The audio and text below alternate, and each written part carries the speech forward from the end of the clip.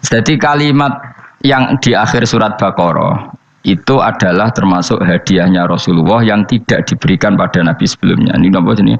U'titu khawatima suratil Baqarah. Saya dikasih akhir surat Baqarah. Gini, ku setiap doanya umat Nabi, Allah jawab, napa? Naam. Jadi ya Allah, la tu'akhidna, jangan kasih sanksi kita innasina au akhtona. Allah jawab, naam. Itu satu. Terus kedua, umatnya Nabi itu kalau dosa itu tidak perlu prosedurnya harus istighfar. Banyak amalan yang menjadikan diampuni. Misalnya kafaratul majlis itu lafadznya enggak istighfar. Subhanakallahumma bihamdik misalnya. Dan banyak imatatul adza anit thoriq. Misalnya Nabi pernah cerita ada seseorang yang nakal, kemudian gara-gara menyingkirkan duri di jalan yang ganggu orang lewat, kemudian Allah memaafkan. Ada yang dimaafkan karena ngombeni anjing, macam-macam lah. Kemudian ngombeni santri, macam-macam. Sehingga potensi kita dimaafkan itu tinggi sekali karena ada sekian amal yang itu menjadi sebab ridhanya Allah Ta'ala. Malah kalau dalam dunia wali itu ada seorang wali mau ngarang kitab, kemudian tintanya itu diminum lalat, dia membiarkan tinta itu sampai lalatnya sampai kenyang, kemudian gara-gara itu dimaafkan oleh Allah Subhanahu wa Ta'ala. Banyak sekali. Sehingga potensi kita dimaafkan tinggi. Terus turut-turus, dadekno orang ngrasani wong enggak macam-macam lah. Iku ya insyaallah disepuro pangeran. Dadi ana wali, dadi wali mergo kakean apa? Turu ditakoki, "Kenapa kowe kok turut-turu wong wali? Mboten siap roh donya, Gusti." "Kenapa? Donya wis rusak tok, patok mboten roh Gusti." Lah iku ya mari swarga napa? Ya swargane wong turu ya kira-kira tok. Tapi jadi umat Nabi itu luar biasa. Makanya saya yang heran nih, kalau ada orang alim bikin gerakan terlalu tenanan itu keliru, biasa mawon. Turu ku ya ibadah, wae agar gak zina, gak maling, wae agar gak nglakoni dosa gedhe niku sanggep bae napa? Ibadah. Karena tadi Rabbana la tu'akhidna in nasina wa akhtana. Terus Allah jawab na'am. Sehingga kiai-kiai itu takut orang itu lupa, terus dimodifikasi sedemikian rupa jadi wiridan. Tapi alhamdulillah kok banyak yang kritik. Jadi ya biar seimbang, no? Seimbang kepada alam demokrasi. Jadi kalau lagi kecewa ambek sing kritik, mereka insyaallah rapati paham masalah usul ini. Karena satu-satunya cara supaya orang paham itu pancen yo dijak latihan bareng-bareng. Gak ngono wis malah ra paham blas. Ya tapi tadi ya semua itu resiko.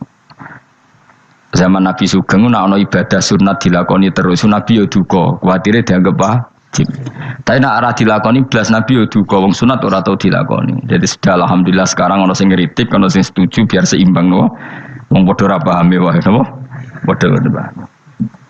Padahal makna ayat itu luar biasa. Rabbana la tu'akhidna in nasina wa akhtana. Terus kedua, Rabbana wala tahmil alaina isran kama hamaltahu alal ladzina min qablina. Ya Allah, jangan beri beban kami sebagaimana Engkau memberi beban kepada orang sebelum kami.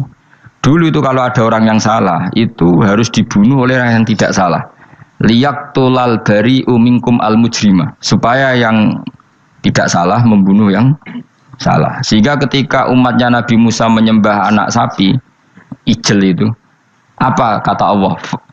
Fatubu ila bari'ikum faqtulu anfusakum. Kamu syaratnya tobat harus saling membunuh, yaitu orang yang terbebas dari dosa itu membunuh yang tidak dosa. Masyhur itu. Terus Allah mengirimkan mendung yang pekat, terus gelap. Ketika gelap itu yang al-bari yang enggak dosa mengeksekusi yang dosa. Sekarang kan enggak, paling tangkap KPK. Berarti penjara mulai juga sisa korupsi jake. Jadi penak lah pokoknya zaman akhir itu penak.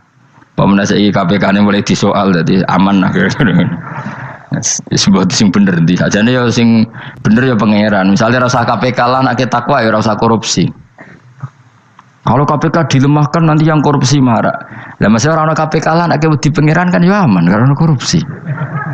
Kowe aneh-aneh wae. Kowe wong mukmin kok bakas ngono. Kowe sementing iku nek kowe wedi pangeran kan ra usah polisi, ra usah KPK wis tetep ra usah dosa wong wedine mbek pangeran. Nah, kecuali ra usah pangeran ateis, lha iku masalah.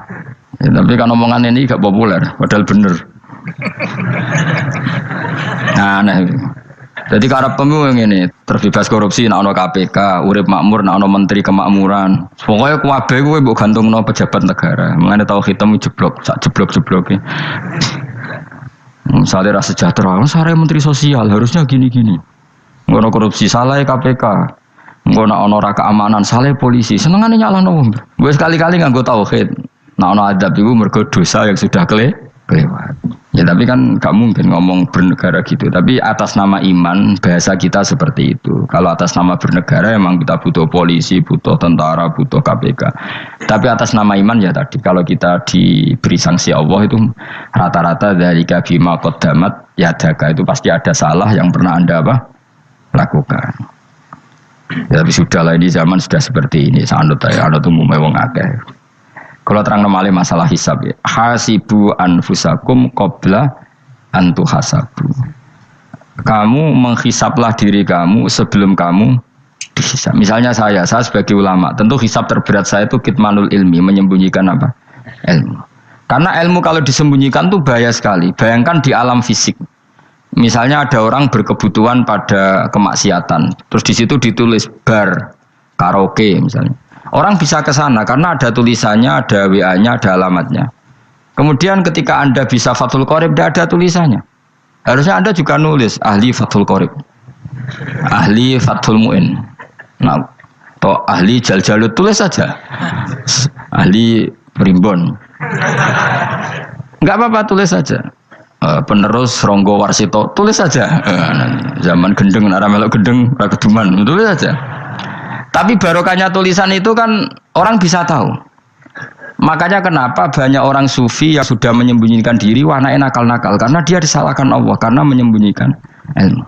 Saya itu orang yang senang tertutup, kecuali masalah ilmu. Saya mau mengajar terbuka seperti ini.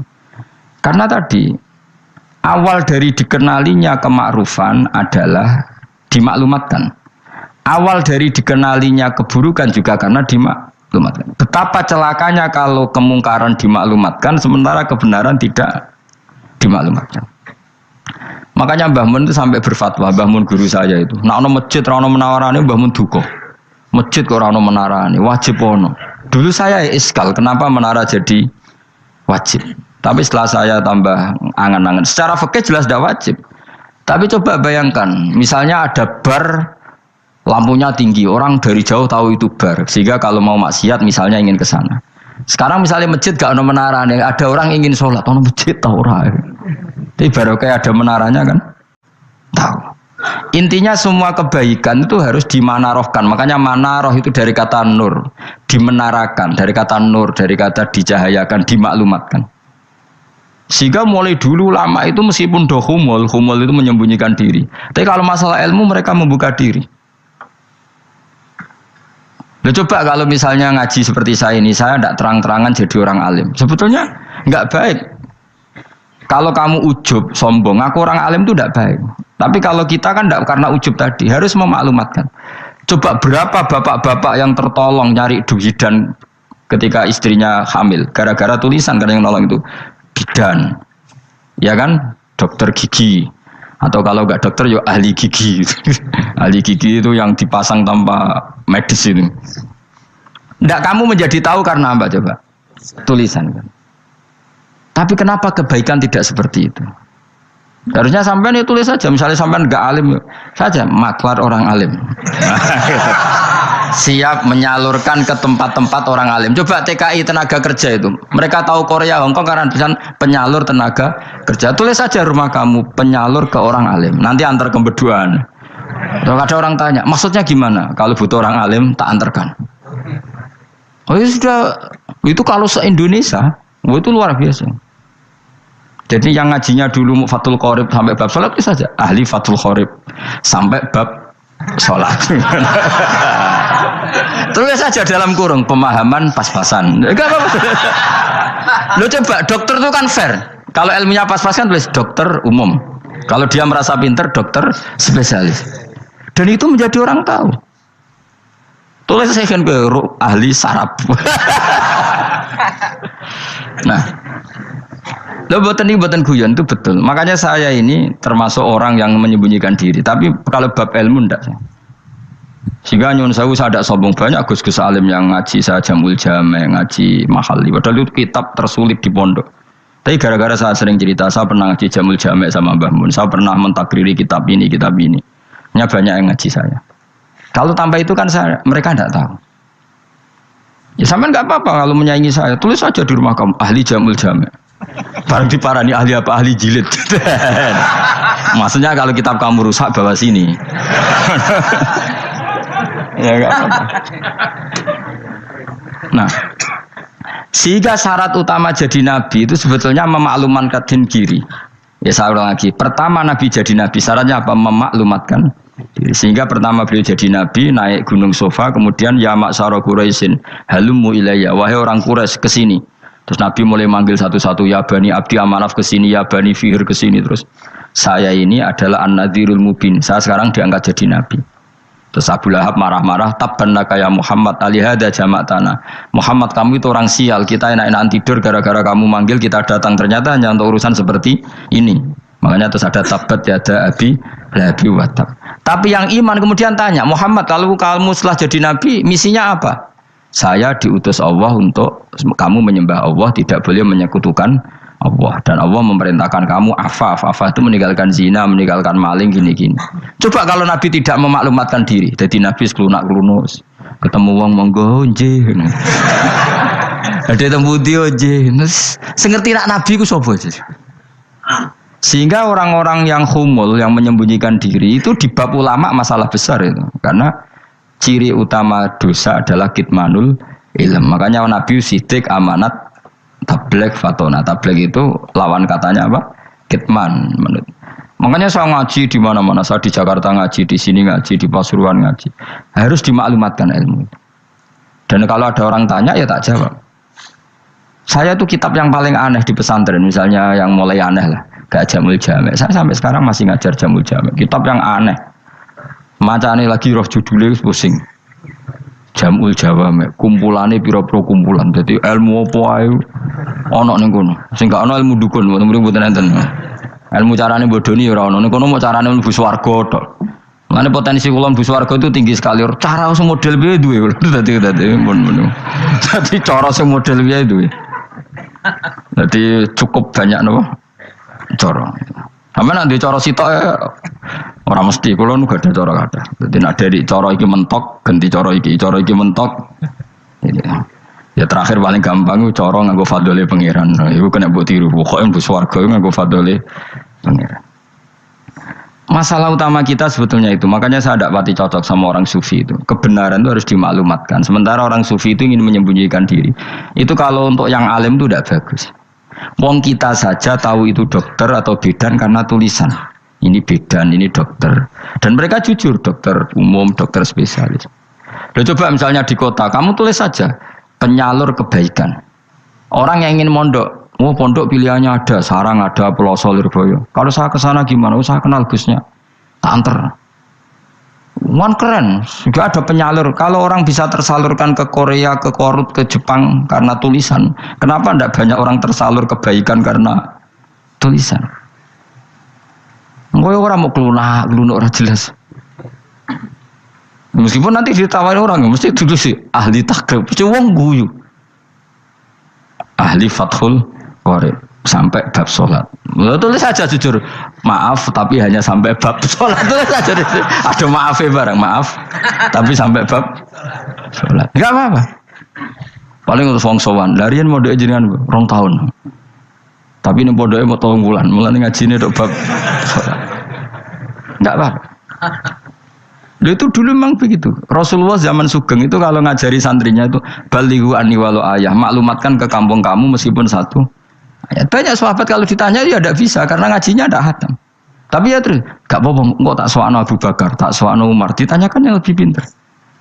Saking tidak pahamnya sahabat itu lucu, ketika ada ayat wa kulu wasrabu hatta yatabayyana lakumul khaytul abyadu minal khaytil aswad. Itu kalau mau tidur ya benar-benar bawa benang putih sama benang hitam, ditulis, dipasang di pintunya. Jadi kalau makan diinceng lagi, kok masih belum kelihatan, wah masih boleh makan. Gitu. Terus begitu. Kalau sudah mulai syuruk, mulai padang, wah berarti sudah imsak. Jadi karena makanlah dan minumlah sampai benang hitam terbedakan dari benang putih. Artinya kalau malam kan, dulu kan nggak ada listrik, nggak ada lampu, berarti kalau benar-benar masih malam nggak terlihat, berarti masih boleh makan. Nanti terus dilihat gitu. Terus Ya sudah wakafnya di situ. Hatta yatabayyana lakumul khaytul abyadu minal khaytil aswad. Wakaf dulu.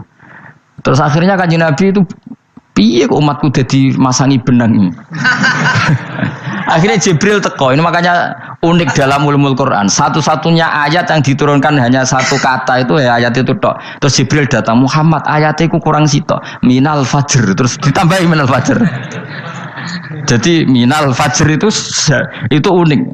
Ada Jibril jauh-jauh dari langit. Iku mau nurun apa? Minal fajr. Makanya kalau kamu nanti dites, kalau ingin jadi dokter tafsir dites, ada satu kalimat yang diturunkan jauh-jauh Jibril ke bumi. Apa kalimat itu? Jawab baik, minal fajr. Wis alim gue yakin alim. Memang ikut tak? Masa ikut saudara? Mereka gara-gara sahabat itu terus masangi apa? Benang ngincang. Akhirnya minal fajr. Baru mereka tahu maksud fajar, maksud apa? Benang hitam artinya malam, benang putih artinya fajar. Sodik sudah menyingsing. Semenjak itu sudah ada benang-benangan karena jadi orang-orang ngono maksudnya iki kurang sithik terus turun apa? Minal fajar ya. Jadi nanti kalau sampai latihan tes jadi dokter apa? Tafsir. Ayat mana yang diturunkan hanya satu kalimat atau satu kata jawab apa? Minal fajar. Itu lolos langsung dokter. Pun pinter. Ya pinter ngerti maksudnya orang yang digandeng. Lah nanti hubungan kita dengan Allah ya seperti itu. Sejauh mana kita memaklumatkan Allah, sejauh mana kita mengkampanyakan Allah.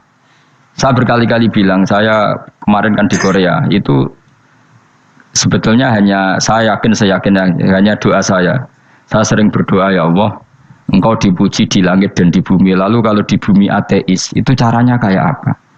Dulu saya itu terobati karena Uni Soviet setelah persemakmuran banyak menjadi negara apa? Islam. Berarti itu bukti bahwa Allah pun dipuji di bumi Uni Soviet. Lalu yang kayak Korea kayak apa? Ternyata betul Koreanya tetap ateis, tapi gara-gara diserbu wong Indonesia.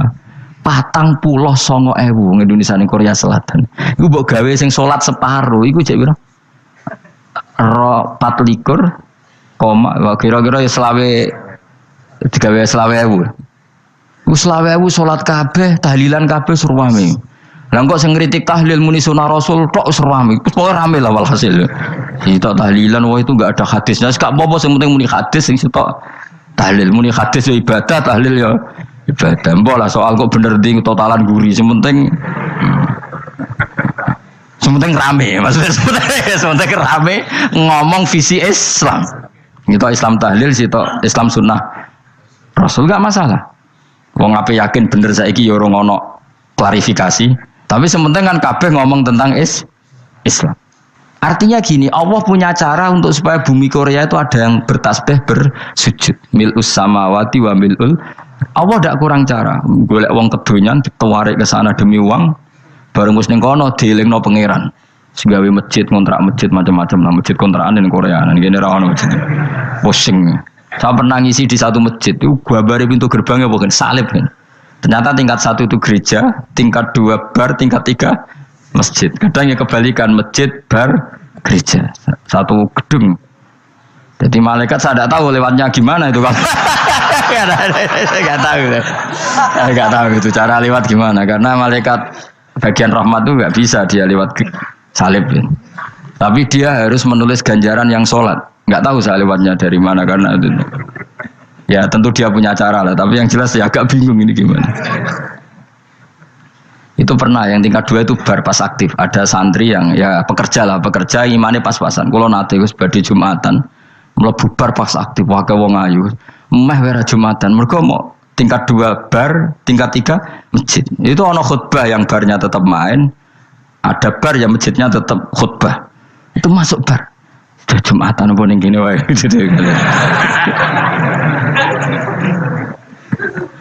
Akhirnya ya di situ beberapa menit terus ada komat Jumatan. Dosa ta ragus kuning. Ya aku muni. Ya segelem Jumatan wae apik. Wong sedhi dilakoni kok takok dosa ta ragus. Oh raimu kadung lakoni kok takok. Artinya gini, Allah punya cara untuk menyebarkan Islam di Korea. Sama seperti Allah punya cara untuk menyebarkan Islam apa? di Indonesia. Dulu orang Gujarat, Punjab, ya sejarah ini menurut saya ya tetap sebagiannya benar. Meskipun tidak seluruhnya benarnya sejarah Islam masuk Indonesia rata-rata orang kan menulis pedagang Gujarat, India ke Indonesia dagang karena mereka mukmin akhirnya juga menyebarkan apa? Islam. Itu jelas nyata. Meskipun tidak semuanya seperti itu karena ada yang dibawa Yusuf Baros itu yang muridnya Sayyidina Ali itu. Terus juga ada yang dibawa beberapa habaib dari Yaman langsung ke Indonesia kayak yang di daerah Tuban itu kan langsung habib-habib dari Samarkand langsung ke mana? Tuban. Makanya saya bilang sejarah itu semuanya benar karena memang variasi masuknya Islam di Indonesia itu banyak. Jadi itu enggak masalah. Sampean niru sing kedonyan mawon sing luwih gampang napa? Lho nggih to, kayak Jakarta itu kan kota kayak gitu, baru kayak wong kedonyan orang ke Jakarta semua. Gara-gara tahu mondok pedutan tadi ahli Fathul Qorib tadi yang sampai bab salat terus bikin masjid. Iku coba takoki faraid terang ora iso kan. Pemene takoki muamalah terang ora iso, tapi nak trimo carane salat sing batal apa ngentut roh. Aduh. Ilmune kok roh nak nganti bab iku jek roh.